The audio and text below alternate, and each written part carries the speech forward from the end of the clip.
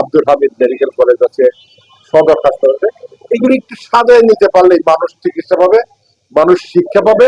কিশোরগঞ্জ এক আসনে স্বতন্ত্র প্রার্থী চুন্নুর প্রতীক মোরগ সাংবাদিকদের সাথে মতবিনিময়। বিস্তারিত থাকছে কিশোরগঞ্জ প্রতিনিধির প্রতিবেদনে। কিশোরগঞ্জ এক সংসদীয় আসনের স্বতন্ত্র প্রার্থী সাবেক ঢাকা বিভাগীয় স্পেশাল জজ আলহাজ রেজাউল করিম খান চুন্নু প্রতীক বরাদ্দ পাওয়ার পর সাংবাদিকদের সঙ্গে মতবিনিময় করেছেন।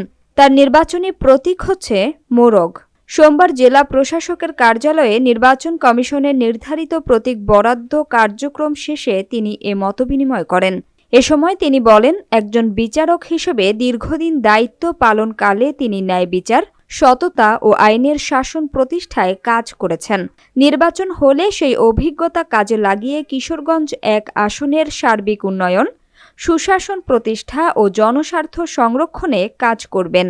তিনি আরও বলেন, সাধারণ মানুষের অধিকার রক্ষা, দুর্নীতিমুক্ত সমাজ গঠন এবং এলাকার অবহেলিত জনগোষ্ঠীর জীবনমান উন্নয়নই তার নির্বাচনী অঙ্গীকার। মতবিনিময়কালে স্থানীয় ও জাতীয় বিভিন্ন গণমাধ্যমের সাংবাদিকরা উপস্থিত ছিলেন। বাংলাদেশ জাতীয়তাবাদী দলের রাজনীতি করতাম, এই আদর্শেই আমি এখনো বিশ্বাসী।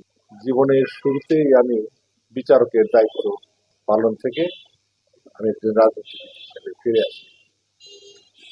আমি জনকল্যাণমূলক কাজ করার জন্য আমি কিশোরগঞ্জে এসেছি, আমার মাতৃভূমিতে আমার জন্ম হয়েছে। তো এই প্রথম অধিকার দেব যে একটা মেডিকেল কলেজকে স্পেশালাইজড মেডিকেল কলেজ করার জন্য যে সকল পদক্ষেপ গ্রহণ করা দরকার সেটা করব। একই সাথে সমস্ত ডাক্তারদের জন্য একটা সুন্দর পরিবেশের আবাসন ব্যবস্থা করব, নিরাপত্তা সহ, এবং তাদের সন্তানরা যেন কিশোরগঞ্জ শহরে উচ্চ শিক্ষা নেওয়ার মতো কোনো পরিবেশ থাকে সেটা থেকে মতো করবো। এই জন্য আমি প্রথমেই চিন্তা করেছি আমাদের শহরে অন্তত পক্ষে একটা নামি দামি ইংলিশ মিডিয়াম স্কুল আমি করতে চাই। সকল পর্যায়ের নেতা করবেন আমার সঙ্গে, কিছু সংখ্যক এদিক সেদিক তো যাবে, স্বার্থের স্বার্থে কে না কোথায় যায়। তো অপেক্ষা করছি যখন জনগণ আমাকে নির্বাচিত করবে তারাও আমার সাথে আসবে, আমিও দলকে প্রতিষ্ঠিত করব, দলকে সুন্দর করে করব।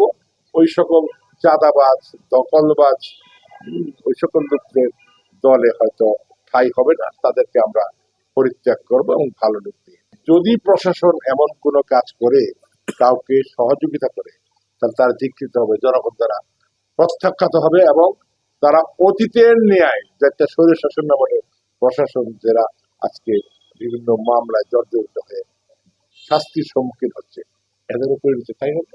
আমার কাছে ঝুঁকিপূর্ণ মনে হয় না, তবে যারা বড় বড় বা বাকবাকম করছে নির্বাচনের দিন তাদেরকে মাঠে হয়তো খুঁজেও পাওয়া না যেতে পারে।